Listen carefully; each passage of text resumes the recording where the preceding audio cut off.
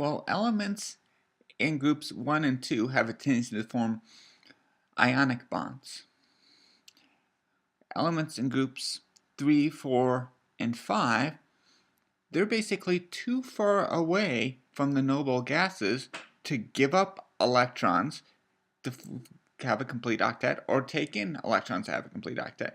Take carbon, for instance. In order for it to have a complete octet, it has to give up 4 electrons and become an atom with 4 positive charges on it.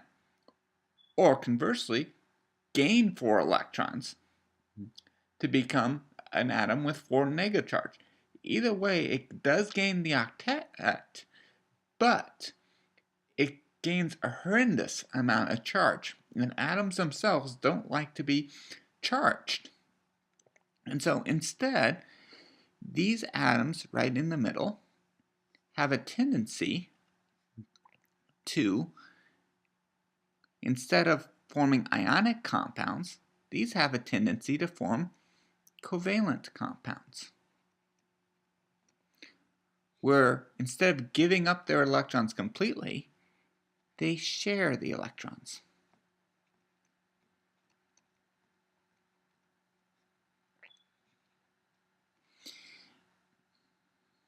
Methane has the formula CH4. Carbon is in group 4. And so it has 4 electrons. Hydrogen is in group 1, so it has 1 electron. Now, hydrogen is, unlike the other elements in group 1, it has a tendency not to form ionic compounds. It forms more covalent compounds. Anyways, you have 4 of these. Well, each of these unpaired electrons can fit with this carbon unpaired electron. And so you end up getting a carbon surrounded by 4 hydrogens. Dot, dot, dot, dot, dot, dot, dot, dot. And if we were to count electrons around this carbon, we'd count 2, 4, 6, 8 electrons around this carbon. So it has a complete octet. Each hydrogen has 2 electrons around it. Now, for hydrogen, a complete octet means 2 electrons. Now, it gets a little cumbersome to draw this way. And so instead of drawing 2 dots in between, we can draw a simple line from the hydrogen to the carbon. These lines are bonds. And particularly, they are covalent bonds where they're sharing the electrons.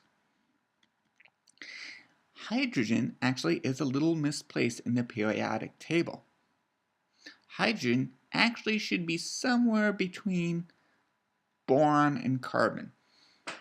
Reason for that is hydrogen's electronegativity is between boron and carbon. It's very, very close to carbon. So the point where these carbon and this hydrogen share these electrons pretty much equally. Now, on the other hand, if you have oxygen, of course, water is H2O. Oxygen is in group 6, so it has 6 electrons. 2, 4. I'm going to write 1 there, 1 there. And then we have the 2 hydrogens, there and there. Again, we can connect this unpaired electron with this unpaired electron, that unpaired electron with that unpaired electron, and so we get water.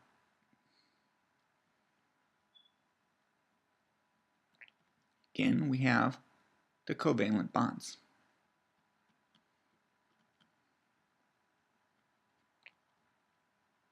Okay, now, water is a bit different than methane. Both of them are covalent molecules. Water, on the other hand, is known as a polar covalent, while methane is a nonpolar covalent. Polar versus nonpolar has to do with these covalent bonds. Covalent bonds are where you have two elements sharing the electrons. But the more uneven that sharing of electrons, the more polar that bond is. And the way you can tell if something's uneven or not has to do with their electronegativity. Oxygen and hydrogen have substantially different electronegativities. Oxygen is much, much more electronegative than hydrogen is. As a result, oxygen is pulling electrons away from this hydrogen here through this bond. And so this oxygen basically has this delta minus charge because it has more electron density on it than this hydrogen does. And so this gets delta positive, delta positive. And this is what the polar is you have this dipole moment.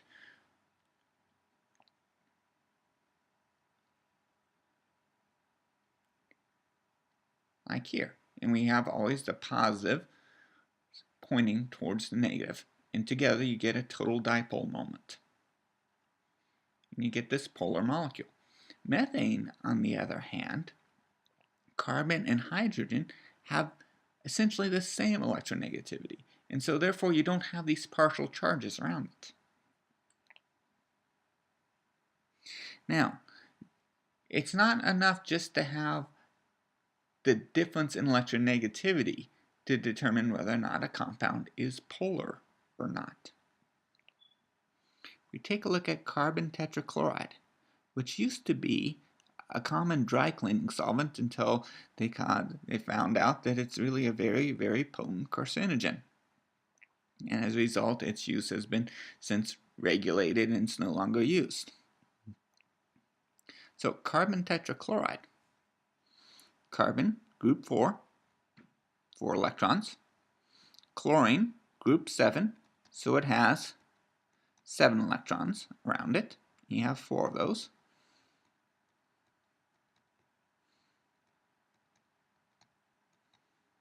And one more. And each of these unpaired electrons bonds with the unpaired electron from carbon, and so you get the Lewis structure of carbon tetrachloride. I'm going to show this more in 3 dimensions, where the dash represents a bond where the chlorine's going behind the plane of the screen. The wedge represents a bond where the chlorine's coming out from the screen towards you. We'll get to the significance of that in subsequent lectures. Anyways, this consists of 4 carbon-chlorine bonds. Chlorine is much more electronegative than carbon, and so what we see is each of these chlorines having a delta minus charge because they're sucking the electrons away from that carbon, and that carbon has a delta positive charge. Thing is, though, carbon tetrachloride is a nonpolar compound.